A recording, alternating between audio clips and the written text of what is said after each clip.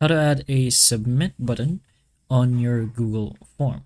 So this video will just be some sort of short explanation on how the submit button actually works. So let's say we create a blank form over here.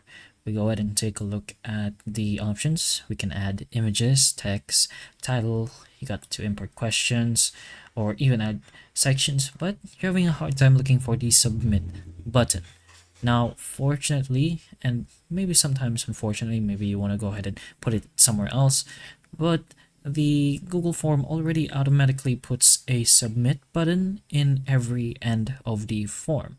So it's already automatically done, and you should be able to see this if you publish your form and take a look at it as yourself or maybe a different kind of user, or you can even preview the form already. So you can press on the preview button over here, and as you can see, the submit button will already be there. So it's automatically placed in. You don't need to manually put it, and the submit form will always be at the end of the form. But that is pretty much a short explanation on how the form works. You could change the theme to make the button different, I suppose.